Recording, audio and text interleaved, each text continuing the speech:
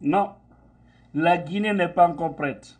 Vous avez suivi le porte-parole du gouvernement de la transition, Ousmane Gawa Diallo, qui dit que la fin de la transition est reportée à une date inconnue.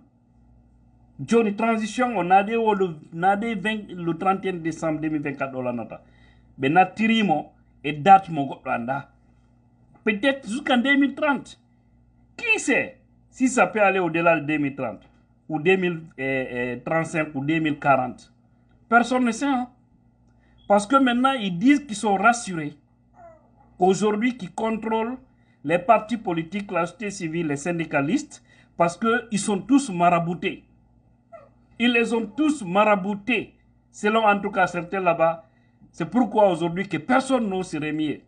Et que la population déjà est affamée. Donc, beaucoup de citoyens, aujourd'hui, il suffit simplement de leur donner quelques sacs de riz ou quelques petits montants pour qu'ils se taisent, sans qu'ils ne se mêlent dans la danse du combat réel pour la libération de ce pays. Nous sommes pris en otage par un petit clan satanique. Il faudrait que nous nous levons pour défendre notre pays. On vous a toujours dit ça. Vous avez suivi, c'est choquant. Vous avez vu une rencontre où se trouvait Bala Samoura, où se trouvait Dansa du CNT, où se trouvait Amara Kamara, également le chef d'état-major des armées général Bangoura, hein, et Djiba Diakité, plus Mamadi Doumbouya. Et Moulay Ousmane Gawal, il vient pour manquer de respect au peuple, parce que lui et son groupe, hein, parce que celui qui porte la parole de ces gens, et également le Premier ministre Baouri, qu'il n'y a pas de date pour la fin de la transition. Donc, c'est à nous maintenant, Guinéens, de les suivre aveuglement. On va danser sur les pas de leur musique, ou que nous prenons notre précaution, nous prenons notre destin en main pour les faire face, afin de se débarrasser de ces gens-là. Regardez aujourd'hui la situation en toute honnêteté. Qui peut rêver que la Guinée puisse rester dans cette condition, en âme et conscience? Qui peut accepter cela? Mais aujourd'hui, si ils collent toujours leur affaire là, hein, au Ravec, ça revient toujours. C'est là Ousmane Gawal. Il faut d'abord recenser toute la population guinéenne, hein, pour avoir leur carte biométrique, pour qu'ils soient tous identifiés avant d'aller à des élections. Et ce programme de RAVEC, je vous ai dit, ça va prendre minimum 2 à 3 ans, voire 4 ans, voire même 5 ans. Quand est-ce qu'ils vont finir avec ça? Un programme d'abord qui n'ont même pas commencé. C'est pour vous dire, ces gens-là, il faut par la force. Pour les faire partir, là, il faut par la force.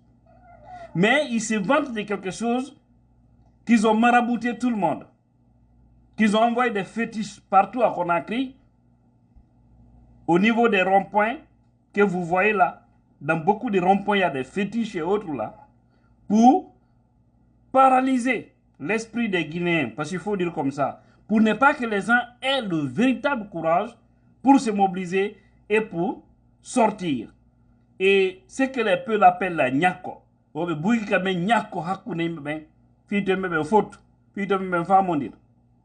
Voilà, c'est pourquoi vous voyez la société civile, c'est quelques-uns seulement qui se bougent. Les partis politiques, ce n'est que quelques-uns. Hein?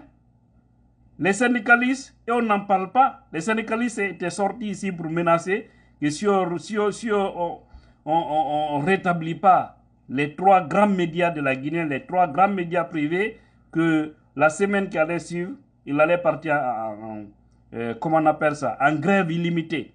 Est-ce qu'il y a eu cette grève-là? Et ils disent qu'ils ont des féticheurs, ils ont des marabouts qu'ils ont envoyés pour faire leur travail. C'est pourquoi aujourd'hui, ils sont pour le moment les seuls maîtres dans l'eau et dans le véhicule. Et c'est très dangereux.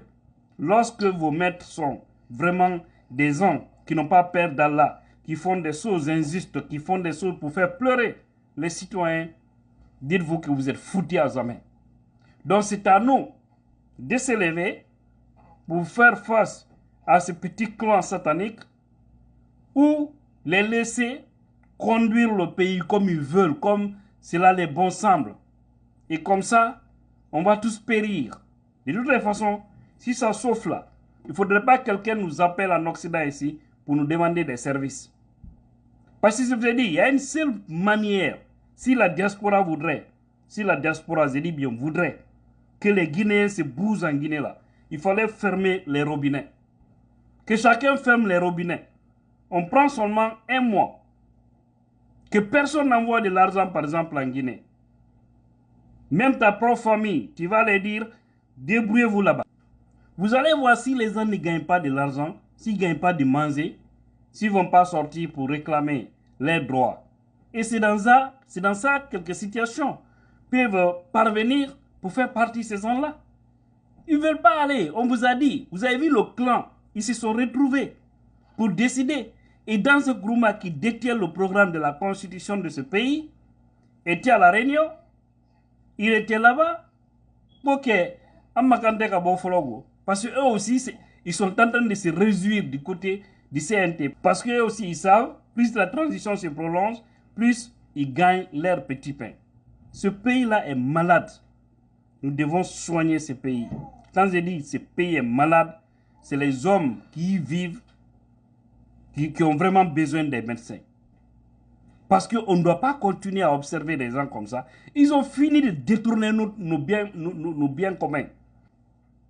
Allez-y actuellement, à Abidjan. Les maisons sont en train de pousser comme des champions. Et souvent on vous dit, c'est pour tel ministre, c'est pour tel ministre. Pourquoi je ne vais pas citer ici des noms? C'est parce que je suis en train de tout faire d'abord pour avoir quelques documents, pour pouvoir citer les noms. Mais en tout cas, le nom Amara Kamara, pour lui, on le sait. On cherche maintenant à localiser exactement les endroits en Côte d'Ivoire, à Abidjan, pour qu'ils nous disent où il a levé cet argent. Il n'est pas le seul, hein. Tous les Mamadi Doumbouya, tous ces gens-là, ils ne font que ça réussir. Maintenant, ils disent qu'on ne va pas quitter dans cette transition. C'est à nous de s'organiser. Vous avez vu, on a pris une action. Chaque jeudi, on dit journée t-shirt rouge.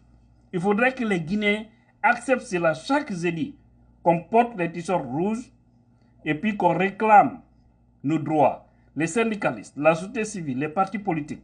Il faut vraiment une union sacrée pour faire face à ces gens-là. Parce qu'ils veulent avoir un mandat dans une transition, voire même deux mandats dans une transition. Ce qu'on n'a pas accepté pour Dadis Camara, si on accepte ça pour Mamadi Doumbouya, ce serait du péché. On aurait péché contre Dadis. Ce qu'on n'a pas accepté pour Dadis, si on fait ça pour Mamadi Doumbouya, c'est que c'est de l'hypocrisie. Ça devient de la lâcheté. Aigri à l'éodi. Donc, ça, moi, je dirais dans ce cas, les Guinéens sont aigris s'ils acceptent cela. Et ce serait du péché. Dans ce cas, Dadis ne doit pas être jugé, il faudra qu'on lui relaxe. Parce que c'est à cause de ces comportements comme ça qui a amené Dadis là où il est. Et Mamadi Doumbouya aussi est exactement sur le chemin de Louis Moussa Dadis Camara. Et pourquoi lui on va le tolérer? Pour quelle raison? Où sont ses forces vives? Il y a de nouvelles générations plus chaudes que les anciennes générations. Mais pourquoi on ne se lève pas? Pourquoi certains préfèrent de l'argent? Pourquoi certains préfèrent des postes pour trahir la nation, sachant que rien ne va dans le pays? C'est à nous de les prouver qu'ils doivent aller en fin de décembre 2024. Voilà. Si on le fait, tant mieux pour nous. Si on refuse, ils vont rester là jusqu'en 2030. Et ça sera tant pis pour ceux qui vivent en Guinée. Voilà, tout ce combat-là, c'est pour les gens de là-bas. Ils sont en train de vous manipuler parce qu'on vous montre des goudrons par-ci, par-là. On dit que non, Mamadi est en train de travailler. Il est en train de travailler, les gens ont faim. La jeunesse a presque fini de fuir le pays. Ils ôtent la vie des citoyens banalement. Ils arrêtent injustement des citoyens. Ils sont en train de kidnapper des gens. Regardez le jeune Seydou Sall qu'on avait arrêté. sais pas si c'est Action Patriotique ou autre, là, le jeune porte-parole, là. Il prend le jeune, il l'envoie au palais, au palais du peuple, à la base des forces, des forces spéciales. De là-bas aussi, palais Mohamed V. Qu'est-ce qu'un citoyen a à faire là-bas? Tout ça pour malmener le jeune, pour dire qu'ils n'ont pas droit à une manifestation. Il doit se retirer. Et puis, on l'oblige aussi de charger les Fonike Mengue. Comme toujours, quoi, en fait. Je vous ai dit, c'est les petits filles de Sékou Touré. Moi, ça ne m'étonne pas. Ou même les fils. Disons comme ça. Ils te font signer des avis. C'est très grave. Si on ne se lève pas, on est foutu à jamais. C'est à nous maintenant de prendre notre destin ou laisser notre vie dans les mains de ces gens-là. Si c'est ce que vous appelez dirigeants là, Kenya wa mafio. Oleye.